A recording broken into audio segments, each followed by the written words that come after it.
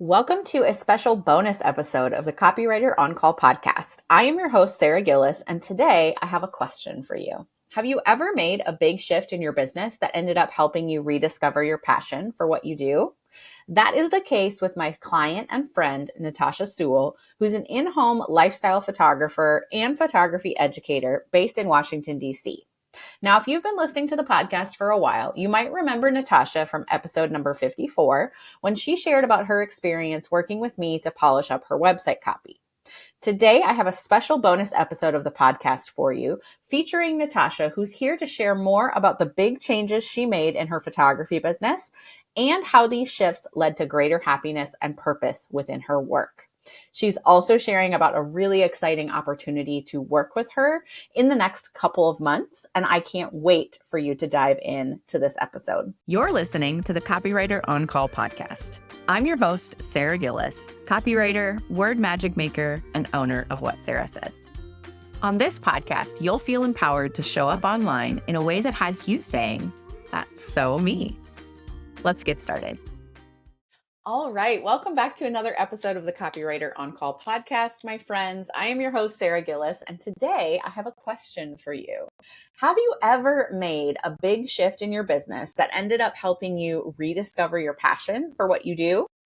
That's the case with my client and friend, Natasha Sewell, who is an in-home lifestyle photographer and photography educator based in Washington, D.C.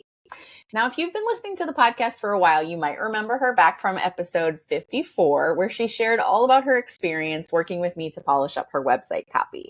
And today, Natasha's here to share more about the big changes she made in her photography business and how these shifts led to greater happiness and purpose for her work.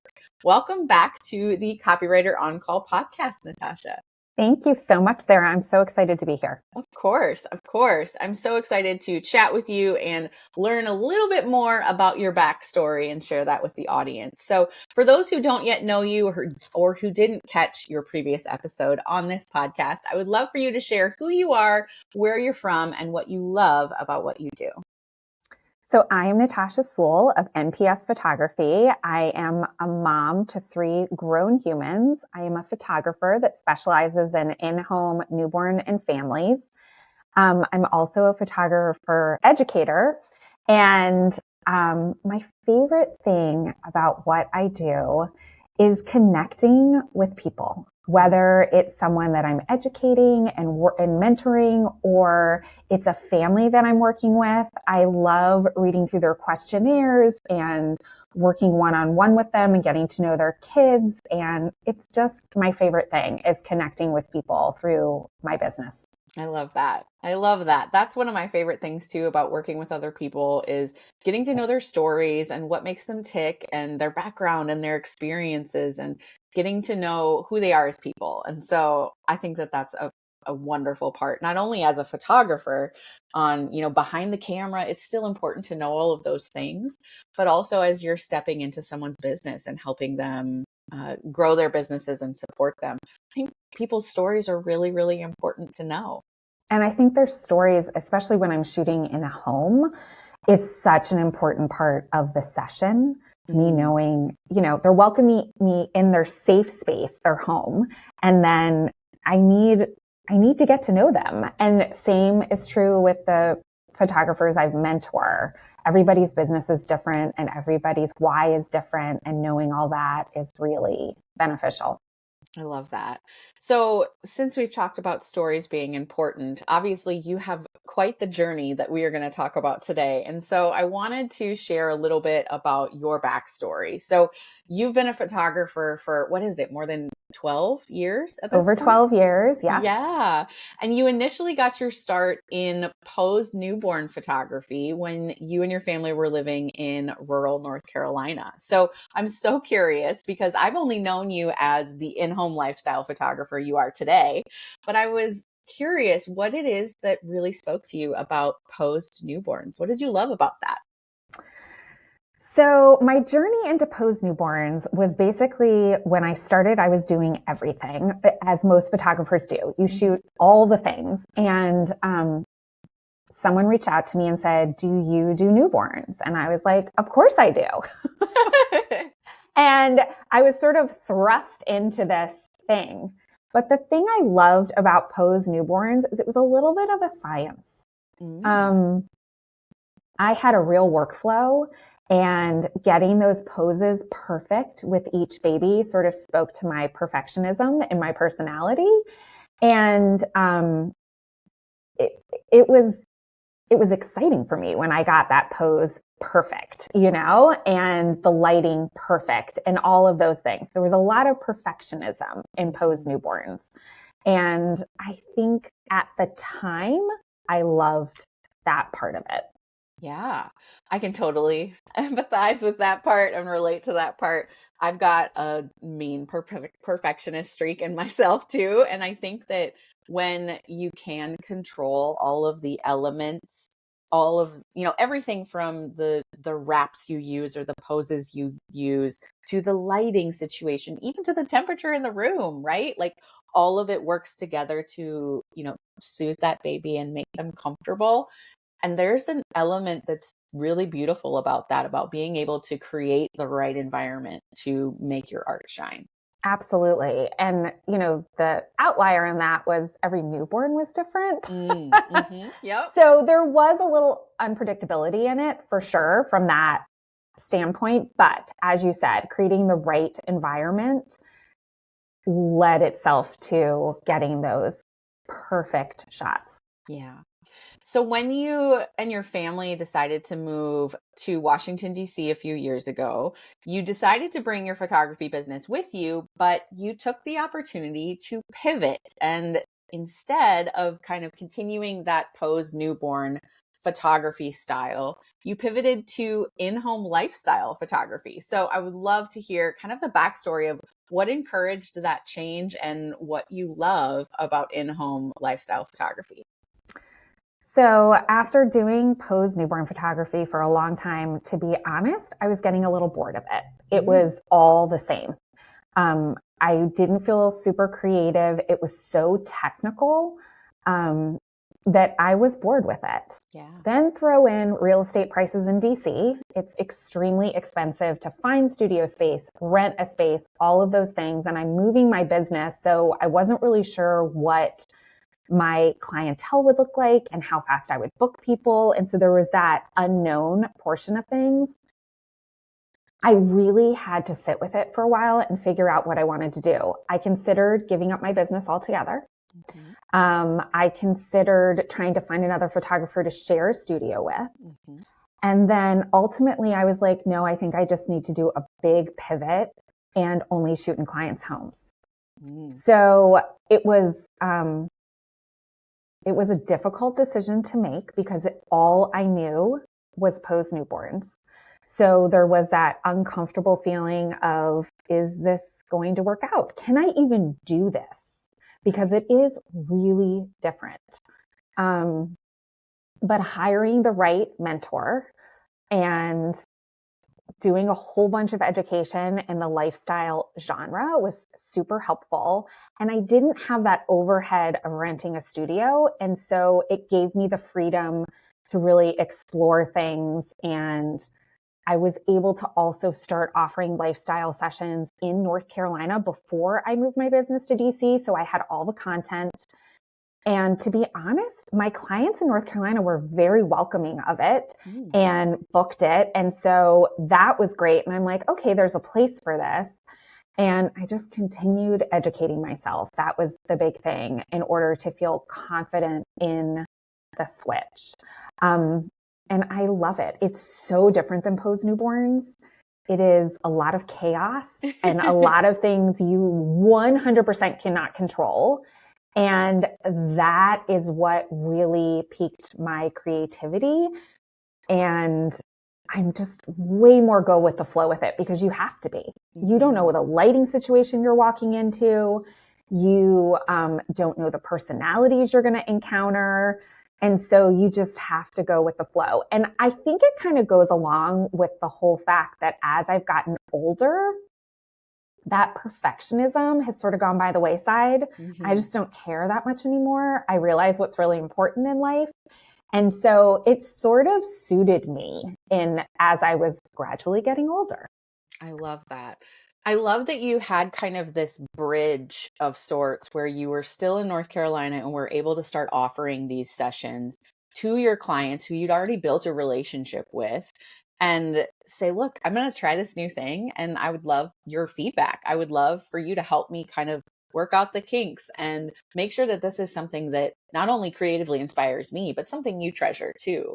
I love that you kind of had that opportunity to vet the process and say, okay, I know client experience is so important, and I really want this to be something that is lockstep when I move and make my home in Washington, D.C. And so I love that your clients in North Carolina were able to kind of help you work out the kinks, so to speak.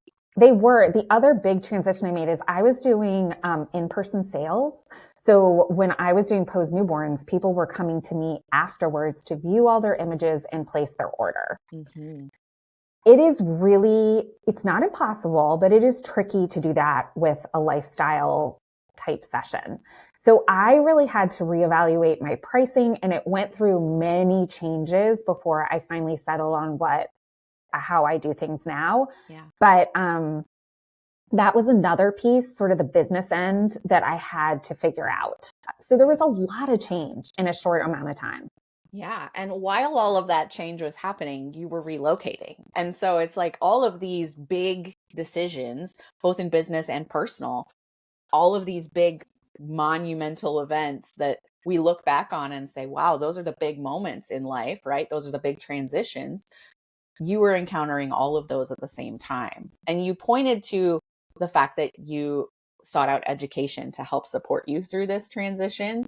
And I would love to learn more about that. So tell me about mentors you hired or courses you took or conferences you went to or anything that really helped you education wise to feel ready to leave behind kind of your studio photography, Pose newborn days, and instead pivot to this in-home lifestyle approach? So I've always been a big proponent of education. I did a lot of education with Pose newborn photographers. I did one-on-one mentoring. I went to conferences, all of the things. So this is in me. Like, I love learning. I think it's the teacher in me a little bit. But I just absolutely love learning. So when I decided to pivot, in the summer of 2019, I hired a one-on-one mentor, traveled to her. We shot a session together, and she helped me brainstorm sort of how I could start to make this transition happen. And that was really, really beneficial, especially because it's not just moving a business, but it's all of the things, changing genres, moving your business, giving up your studio, all of that. So that was my first step. And then then COVID hit. So education was a little bit on pause. So I pivoted to really working on my website and my pricing and all of those things during COVID, because in-person mentoring was not an option. Right. And then I dove headfirst back into conferences and retreats, whether they were creative or business, because I think it's really important to do both. I don't have a business degree, clearly. And so the business part I need help with, and my business structure changed when I changed genres. So that was one thing. But then also hiring support for my business was so important. My messaging had changed. My ideal client had changed, all of those things. So there's so many different components of what goes into making that switch. I mean, I commend people who just like wake up one day and are like, I no longer want to do this. I'm going to do this. And just like jump feet first. I am not like that. I need all of the support to do something like that. And I think it gave me the confidence to make the change because I had so much support. Yeah, it gave you the confidence, but it also gave you like the practical skills, right? The next steps to take. You were able to not only like shoot alongside someone who had been there, done that, and who understands what that client might be looking for, or how to handle that difficult lighting situation, but you're also able to say, okay, well, if my ideal client is changed, what kind of messages will resonate with them? They're a different client type than someone who might crave that perfection type of environment that a posed newborn might create. So I love that you were able to find those people to walk alongside you as you were kind of creating this new business for yourself. I mean, it was still NPS photography. It was still you behind the camera, but a lot of the approach and a lot of the back end really changed for you. It really did. And in every aspect of the business. I mean, I am a big believer in every photographer's business is unique because of them. Yeah. And the way they see things and run things and all of those parts of it. But you really have to surround yourself with good people who can support your business and you can learn from, and you can take bits and pieces from what they teach you. It's the purpose of hiring a mentor or going to a retreat or a conference is to adapt those things to your business, not create a business that looks exactly like someone else's. And I think that was what was really important to me and what I gained from all of those education experiences. If what's being shared in this episode is inspiring you to bring more of your personality into how you show up online, I've got a quiz for you. Head over to whatsarahsaid.com/quiz and discover your brand voice type so that you can feel confident in standing out through your words. This quiz will help you uncover the brand voice that's already within you, so your words can finally have you and your dream clients saying, "That's so me." Knowing your brand voice type means you'll have full permission to ditch the proper and polite copy if your authentic voice is actually quirky and fun. Your brand voice is what I call word magic, because honing it creates literal magic for you and your dream clients. Plus, after your brand voice type is revealed, you'll get access to 5 free social media prompts to help you share your voice right away. So what are you waiting for? Take this fun quiz now at whatsarahsaid.com. And I think that's really an important distinction to make. It's not about creating a carbon copy of someone else's business. It's about, okay, I like how they do this. I might approach it differently, and being able to think on your feet and have that flexibility. But those ideas that you gathered from that person, you probably wouldn't have gathered if you hadn't had that experience, if you hadn't gone to that conference or that retreat or worked with that specific mentor.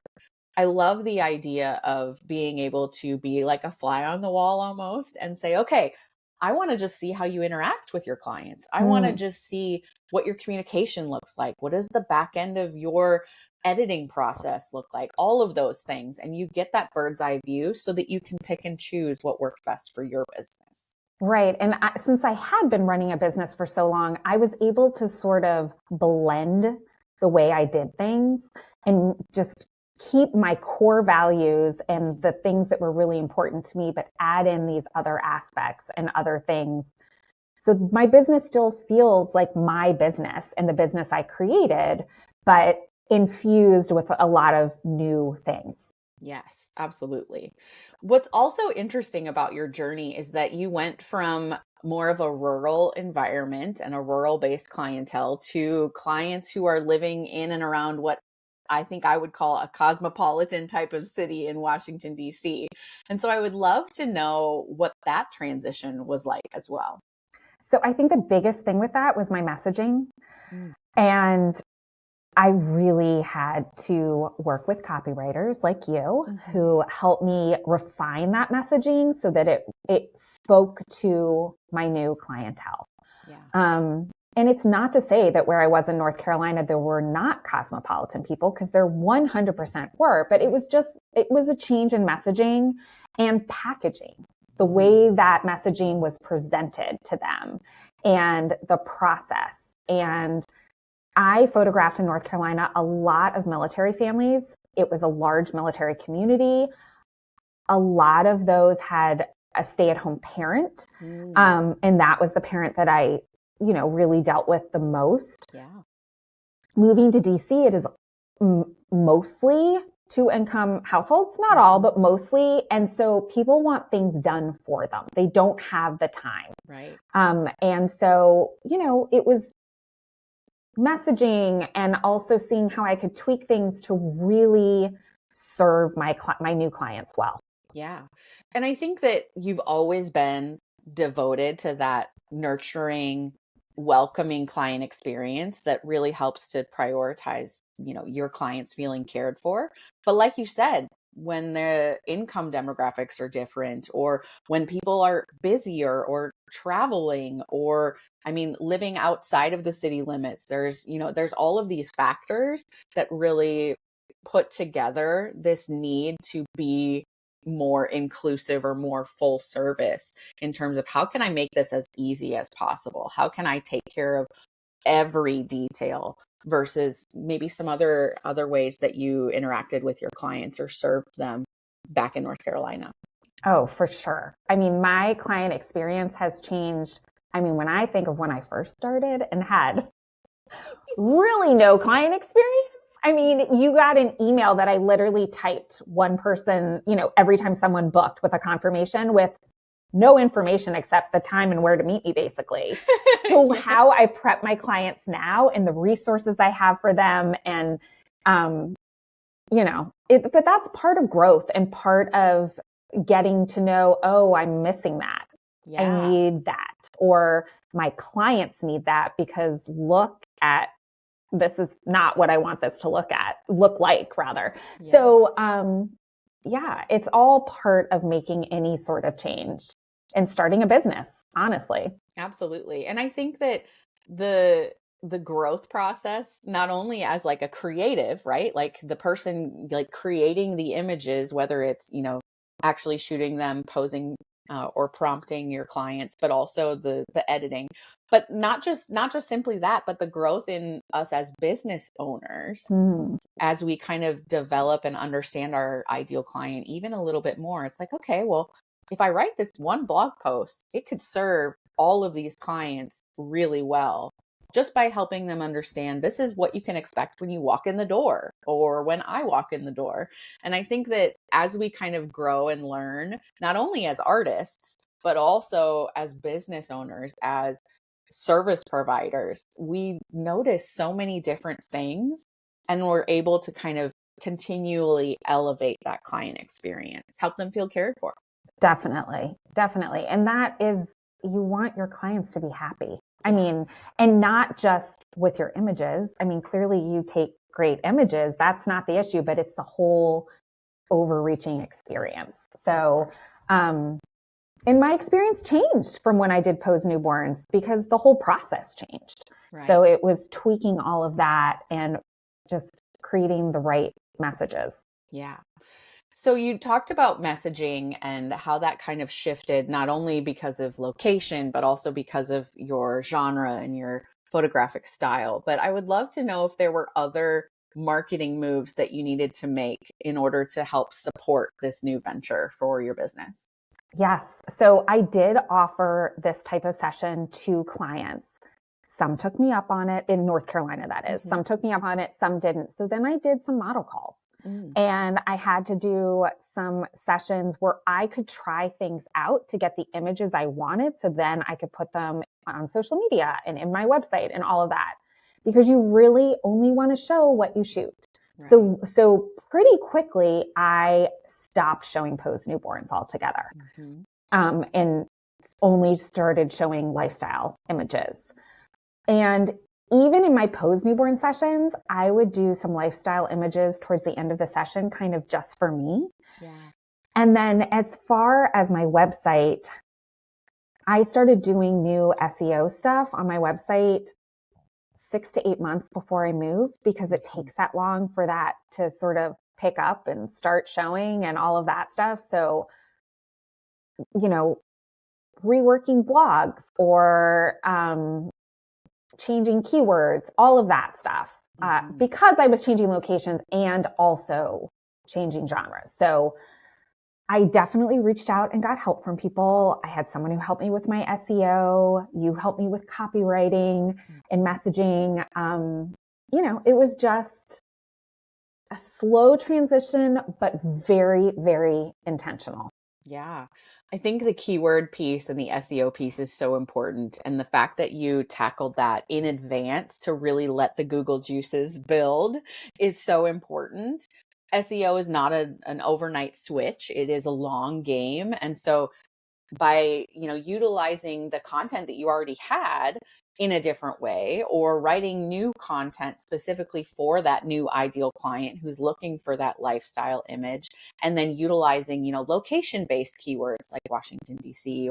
or things like that is really an important step to try and advance your business and build your business in a new area. So I'm so glad you mentioned that. But beyond that, I love the idea of not only the building of the portfolio that took place in North Carolina, but also the model calls. You were able then to like introduce yourself in a way to the community in Washington, D.C. and say, look, I would love to do this for you. And it's a thing that you offer for free. Am I correct? Right. So they would in exchange get X number of images from the session. And I did a newborn session this way. I needed some pictures by some of the monuments. I was still shooting some outdoors, which I still do occasionally. And so a family I'd worked with, I asked if they would be willing to come and do some photos by the monuments, and just so that I had a broader reaching portfolio. And it really worked well. I mean, it's a win-win. Who doesn't want to have sort of complimentary photos done? But the important thing with a model call is just making sure that you have a contract and guidelines set up. You don't want to just do like an open model call for whoever wants it. I really selected the people that I photographed because I knew what I was going for. Yeah. And those people had to be okay on the other side of you using those images for promotional purposes, right? Putting those images on your website to show this is what I'm doing now. This is the type of images you can expect from me. Absolutely. Absolutely. And I will say also with social media, geotagging things when you're switching locations is so important, because the people that are already in the location you're currently in, they know you. Like they're not going to be thrown off by you putting another location in there. And it's so important for that transition because people do find you through that. Yeah, that's a great point. That's a great point. Well, I love hearing all about your kind of experience, your story. And I know you're not the first photographer to have considered switching your photographic style or relocating. And so I would love to hear if you have any advice to share with someone who might be interested in making that shift or that pivot, but is anxious about what might happen to their business. Right. I mean, let's be honest, when you make a huge shift, whether it's location or photography style or any of those things, you are going to lose clients. That is normal. So you do have to be prepared for that. And it's also, if you can make it a slower process, that is really beneficial as well, because I had time for Google to do its job. Yep. And start picking me up. And I started booking through Google, and I'm like, okay, I'm being seen, Also getting on local lists is so important. Like if there's a best photographers and it's like a mom's list, that they share or whatever. Yeah. Try to get on those type of things, because that helps greatly. But I also think you just have to follow your gut. Yeah. If you are not happy with what you are currently shooting, you need to experiment and try different things and see what you like, because burnout is real in photography. I mean, wedding photographers burn out. It's every weekend, huge amounts of time. But family photographers do too, especially in the fall when people overbook themselves. So it's a great opportunity to try different things. So do the model calls, test out the different things before you commit, because once you've done all those things and switched everything over, it's a little tricky to go back the other way. Yeah, absolutely. So the model calls and just trying things out for yourself is really important. But I will say that switching genres gave me a passion again for photography, which I was waning as I was doing post-newborn photos for so many years. Yeah. And so it just reinvigorated me. And I love shooting families in their homes. Just love it. Yeah.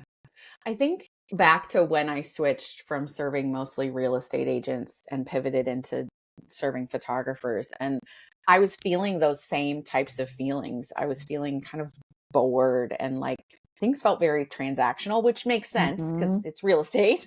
But when I first started working with photographers, I believe I wrote like a page, just a page on somebody's website.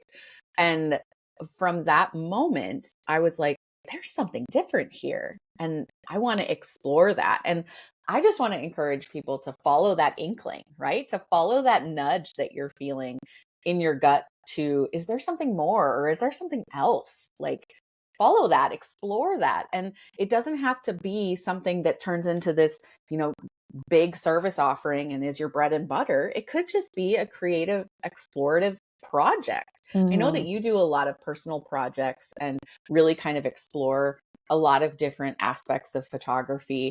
And that's purely for your own creative juices. So it's okay if it doesn't turn into a service and it just fills your heart maybe for a little bit. Absolutely. I have really loved doing personal projects. They've all focused on motherhood, but also had like a creative twist to them to explore different things creatively. So if you are just, have a small inkling to try something different, either add it on at the end of every session, try that thing, or do model calls. It's a great way to try things out. And as you said, you do not need to do the huge pivot to something new. You can add it in some way if you just find joy in it or some creativity outlet in it. Yeah. And I think that that's a really great thing to explore in a retreat environment or a mentorship or even a conference where they have, watch me shoot or shoot with me. I think that those are fun experiments to say, okay, am I really feeling like satisfied with my current, approach or my current services, or do I want to try something new? And just kind of exercising that muscle as a creative is a great thing to do, especially when you're at those events already and you're like, okay, well, can I just explore something new? So I would love to hear a little bit about what you have in store for photographers and creative ways to explore new avenues and think of new different ways to use their photography skills. So tell us what you have in store. So I am so excited. We recently bought a house in California and I am going to use it for retreats. And these are really fun retreats. It's called the Focus Path Retreat. And each retreat will be on a different topic. So you'll really be able to do a deep dive into something that either your business is lacking or that you want to expand into. And the first two retreats, the first one, I am the educator and we're doing all about client experience, and you are going to be able to completely revamp your client experience. And then I'm bringing in my dear friend, Nikki Cavanis, for the second retreat, and she is going to focus on interior photography, not real estate photography, interior photography. So you're working with designers and builders and taking creative photos of beautiful spaces. And she's going to show you how to seamlessly add that into your business and market it for a new revenue stream. I love that. And I love the idea both retreats, but the interior piece speaks beautifully to me as a mama, because that's a way to get your weekends back. That's a way to really prioritize work during the week so that you can be a present mama for your kids on the weekends. Absolutely. And that is a huge thing that I know a lot of people struggle with. And so being able to add this to your existing business and grow that is amazing. Of course. And on the client experience front, I believe that people who attend the retreat also get access to your course. Is that right? That is correct. My course, the Client Experience Blueprint, they get full access to that so they can dive deep into that before the retreat.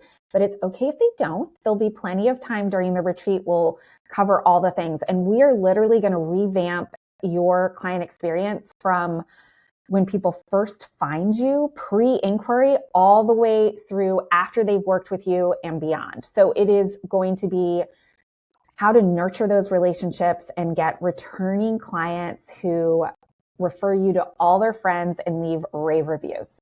That's awesome. That's what every photographer wants. And it's just an amazing opportunity, not only to get away from your daily life and prioritize your business, but again, have somebody who's been there and done that help you refine your client experience and make it the best that it can be.